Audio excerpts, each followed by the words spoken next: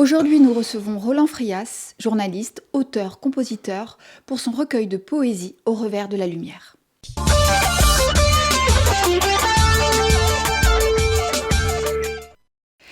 Bonjour Roland Frias. Bonjour Elisa, Nous bonjour à sommes tous. Vraiment ravis de vous recevoir aujourd'hui dans les studios de Radio Corse International et de Télépaès pour parler d'un recueil, votre recueil de poésie, Au revers de la lumière, qui est sorti, n'est-ce pas, aux éditions Hello Éditions. Tout à fait, c'est on va dire une grande première pour moi, hein. C'est une première édition et cette maison d'édition à compte d'auteur a bien voulu m'accompagner dans ce premier projet. J'ai été poussé bien sûr par ma famille, mes amis, mais ça a été très intéressant d'avoir le regard de professionnels et j'ai pu sauter le pas et avoir cette première publication de ces poèmes qui, pour certains, ont plus de 2 décennies. On va en parler plus précisément. Alors moi, je vais rappeler un petit peu au public qui vous êtes. Vous êtes à la fois journaliste, auteur, compositeur. J'ai envie de dire un amoureux des mots, un amoureux des langues, de la langue corse et de la langue française, je ne me trompe pas. Donc vous célébrez les mots, finalement, sous toutes leurs formes, et ce depuis tout petit. Je reprends vos mots. Dans ma famille, la parole poétique a toujours eu une place fondatrice. Mon grand-père, improvisateur, savait d'un seul vers bouleverser une assemblée. Mon oncle, lui aussi attaché à cet art, a su en préserver la force vive. J'ai grandi dans cette atmosphère où la parole n'était pas un outil, mais un lien, un souffle. Donc les mots, c'est une affaire de famille chez vous. C'est une affaire de famille, en effet. Et j'ai compris très tôt que, on va dire, c'était mon moyen d'expression le plus fidèle, de dire le monde, de comprendre le monde, de dire ce qu'on porte en soi. Et c'est vrai que dans la famille, mon grand-père, mais aussi mon oncle, Piero Santucci, qui est un poète connu et reconnu dans le monde de la chanson corse, qui a notamment écrit pour Pedro Santucci, pour Pedro Guelfucci, excusez-moi, Angela Podentini, Diana Edilalba et bien d'autres. Et c'est vrai qu'on a toujours eu cette fibre poétique qu'on a partagée en regardant nos réalisations, on va dire, mutuelle. Ma mère aussi écrit. D'ailleurs, quand j'étais petit, je me souviens, dès le CM1, ma manière à moi, c'était un peu pour communiquer, c'était justement de communiquer en rime. Quand j'étais puni, ça nous est arrivé à tous, je pense, c'est vrai que j'ai eu l'occasion de gratter sur un papier quelques réponses en rime, et ma mère aussi me répondait en rime, donc il y avait ce petit jeu-là, et elle a gardé ça de côté. D'ailleurs, de temps en temps, quand je vais la voir, elle me remontre ces petits poèmes, quoi. Et c'est vrai que c'est depuis mon plus jeune âge, en fait. C'est une anecdote à la fois très, très tendre, très intéressante. Finalement, depuis tout petit, voilà, vous avez appris à magnifier les mots. Moi, j'ai remarqué autre chose, et là, je reprends aussi votre avant-propos. J'ai toujours aimé observer, écouter, cueillir des images au détour d'une rue, d'un mouvement, d'un murmure. C'est une très, très jolie phrase. Donc, en fait, vous possédez ce regard particulier, je trouve, cette attention aux détails, et je vais en parler, que l'on voit finalement dans vos poèmes, à tout ce qui est ténu, à tout ce qui est discret, retenu. Mais vous regardez le monde finalement dans ses détails les plus infimes. C'est ça qui est intéressant. Et vous dites ces fragments minuscules qui, mis bout à bout, composent une vérité. L'écriture poétique, pour vous, c'est une façon d'exprimer finalement votre acuité au monde ? Exactement, c'est une manière de comprendre, de dire le monde. On va dire cette façon aussi de s'intéresser aux détails, comme vous l'avez dit, de s'intéresser à ce qui se raconte sans discours. C'est ce qui m'a conduit d'ailleurs au métier de journaliste. Et c'est vrai que, on va dire, la poésie permet de prolonger ce regard autrement pour moi. Et on va dire, ça naît du même besoin, l'écriture, que ce soit journalistique ou poétique, c'est comprendre, dire le monde. Je l'ai déjà dit, et ça c'est très important dans ma manière de voir les choses. et de les retranscrire en poésie, parce que la lumière, je pars du principe dans cet ouvrage que on la retrouve pas toujours où on l'attend, en fait, et c'est une manière de dire que même quand tout vacille, il y a quelque chose qui tient encore, quelque chose qui éclaire autrement, dans un moment qu'on croyait banal, que ça soit aussi au détour, vous l'avez dit, d'un regard, d'une rue, d'un murmure dans le pas feutré d'un passant, sous la brume, de dire que, en fait, au moment où tout vacille, il y a quelque chose qui tient encore, à condition de bien regarder, et je vais reprendre, on va dire, Antoine de Saint-Exupéry, on ne voit bien qu'avec le cœur, parce qu'au fond, ce qui compte vraiment ne se voit pas toujours au premier abord. Ça tombe bien parce que c'est là que j'allais finalement venir.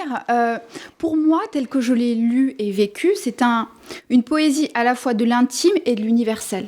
Alors c'est une poésie du quotidien, qui célèbre finalement de façon délicate, sensible, ce qui fonde notre condition. Là, je reprends vos vers. J'ai adoré valser entre l'ombre et la lumière.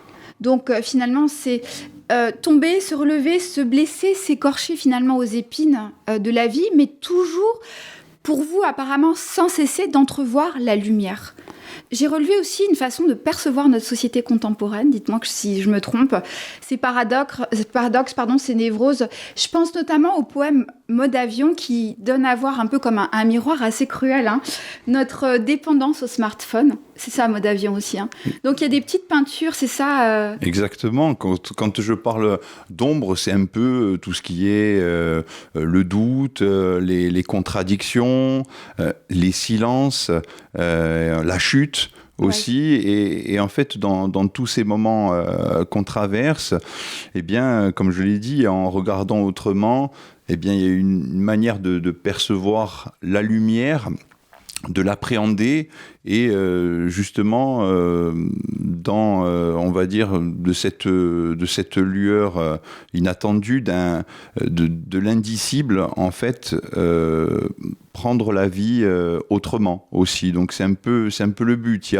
Il y a des textes, c'est un carnet de route, c'est pas des textes indépendants. Il y a on va dire en 6 parties. En 6 parties, oui. 6 mouvements. Il y a vraiment un cheminement. Ça peut s'apparenter à une quête intérieure, sachant que, voilà, je l'ai dit, il y a des poèmes qui ont été écrits il y a 2 décennies, d'autres qui sont plus récents, et moi j'avais pas forcément bien sûr l'intention de publier un jour, mais en prenant du recul, en regardant un peu tous les textes que j'avais produits, je me suis dit peut-être qu'il y a quelque chose à faire, parce que tous ces textes, même s'ils ont été écrits à des périodes différentes, ils racontent tous le monde. Ils se répondent en fait. Exactement. Une sorte d'écho. Et c'est vrai, peut-être même une sorte un cheminement, une maturité qu'on voit germer. Moi, j'ai relevé, si vous me le permettez, quelques vers que j'ai vraiment beaucoup aimés. Par exemple, chaque fracture creuse une entaille où germe un futur insoupçonné. Ça, c'est dans le poème L'école de la chute. J'apprends à valser entre l'ombre et la lumière. C'est très, très joli dans le duel intérieur. Donc, la dualité, les forces contraires, l'acceptation de ses propres blessures, paradoxes, de son côté obscur, mais aussi de sa lumière. C'est ce qui finalement traverse votre recueil. J'en ai relevé d'autres, et j'y viens parce que vous le dites aussi dans votre avant-propos, vous travaillez beaucoup sur la métaphore, Roland. La métaphore, oui, c'est... L'arbre, l'enfant, la lumière, la tempête, c'est ça ? Exactement, c'est un territoire de jeu naturel, une manière de créer une brèche dans le réel, et c'est vraiment dans ça que je me suis épanoui, justement, en écrivant ces différents poèmes. Il y en a 43 que j'ai retenus, il y en avait un petit peu plus. Ouais. J'ai procédé à une sélection, mais véritablement, oui, je me nourris des métaphores dans mon écriture, essayer de raconter quelque chose d'universel, tout en restant aussi un peu personnel, hein, dans les manières aussi, dans certains poèmes, hein, avec la possibilité aux gens, qui s'offre aux gens, voilà, peut-être de se reconnaître dans une de ces métaphores, dans une de ces images, ou dans un vers. Et véritablement, on va dire, j'ai essayé de dire ce que j'avais au fond de moi, hein, une certaine sensibilité, et comme je l'ai dit, c'est vrai que c'est mon moyen d'expression le plus fidèle, et c'est vrai que c'est dans la poésie que je me sens bien, en fait, depuis toutes ces années, que ça soit en langue française, comme ici avec cette expérience au Revers de la Lumière, mais aussi en langue corse, avec certains poèmes que j'ai pu écrire qui ont été mis en musique, notamment dans le cadre du groupe Bogoulère, avec un album qui a été publié en 2017, Ishtuno Ugampa. Voilà, j'ai pu écrire aussi pour d'autres, Florence Luchisano, dont je salue la mémoire, Emma Pagini, les groupes Inésil ou La Liette, il y a aussi Cortex Humus, donc j'ai écrit aussi pour les autres, et après j'ai eu cette expérience du slam avec 3 singles, le projet Sibyllin, et c'est là où vraiment j'ai pris goût en fait à adopter une certaine manière d'écrire basée sur le fait que ça peut se lire, bien sûr, mais en fait surtout je les présente comme quelque chose qui se dit, qui se déclame, voilà. qu'on entend, c'est une espèce de mélodie évidemment propre à la poésie. Exactement, quelque chose qui se vit à haute voix, avec une musicalité. Et c'est un peu, je dirais, des influences, notamment de Grand Corps Malade, qui a cette capacité à dire beaucoup de choses de façon très simple. Il y a Ben Mazué, il y a d'autres artistes qui me tiennent à cœur, notamment sur la scène musicale. Après, bien sûr, il y a les poètes classiques, Baudelaire, Arthur Rimbaud, Sully Prudhomme, et après, ici en Corse, bien sûr, Jacques Thiers, Jacques Fouzine, Patrizia Gattagé, Gaffrey de Poggi, mon oncle Piero Santucci aussi. Donc évidemment, je dirais, j'ai pas mal d'influences. Ces influences, vraiment, vous réussissent. Moi, j'allais presque terminer avec des vers que j'ai relevés dans un poème que j'aime beaucoup, L'or dans la rouille, où vous dénoncez finalement cette société qui tend à gommer, à cacher, à lutter contre les signes du temps, de l'usure sur les visages, les corps, les signes même des morsures et des chagrins. L'âme n'est belle que si quelque part, elle porte un relief qui s'est ému. J'ai adoré ce vers. S'accepter comme on est, tout simplement, et essayer de positiver aussi. C'est une manière de partager aussi ce point de vue. Donc oui, c'est un poème aussi que j'ai beaucoup apprécié, notamment dans ce recueil. Et il y en a un peu d'autres aussi qui portent sur la même thématique. Oui. Est-ce que vous pensez que la poésie a encore de beaux jours devant elle ? Écoutez, c'est pas forcément, je dirais, un mode d'expression qui a le vent en poupe. Après, c'est vrai que sur les réseaux sociaux, justement, ce recueil de poésie, il est né aussi de l'encouragement que j'ai reçu sur les réseaux sociaux de certains poèmes que j'ai justement partagés, notamment sur Facebook. D'ailleurs, certains, on les retrouve ici dans cet ouvrage. Et évidemment, je trouve que c'est peut-être une manière de donner un nouveau souffle. Après, il y a aussi des artistes que j'ai cités précédemment qui redonnent un peu de sens justement à la poésie, avec à travers le slam. À travers le slam, cette structure qui est appréciée par les jeunes générations, qui est particulière, voilà, et qui est appréciée par les jeunes générations avec des mots simples, jamais simplistes. Essayer, de dire les choses universelles. Très bien.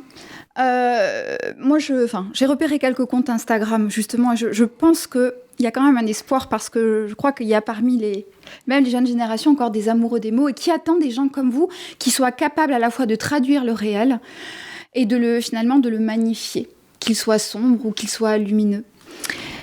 Merci Roland Frias pour cette interview. Mais avant de finir, il faut absolument que je délivre 2 dates importantes à nos auditeurs, à nos téléspectateurs. Vous dédicacez votre ouvrage le 30 mai à la FNAC de Fouriane, n'est-ce pas?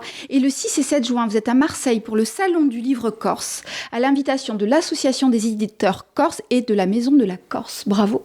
Tout à fait, merci. C'est 2 premières expériences où je vais confronter un peu cet ouvrage au public. Donc j'ai hâte d'y être et j'ai hâte de partager ces moments-là et de faire entendre un peu cette poésie et les différents thèmes que j'ai voulu mettre en exergue dans cet ouvrage. Merci beaucoup. Je termine par une phrase.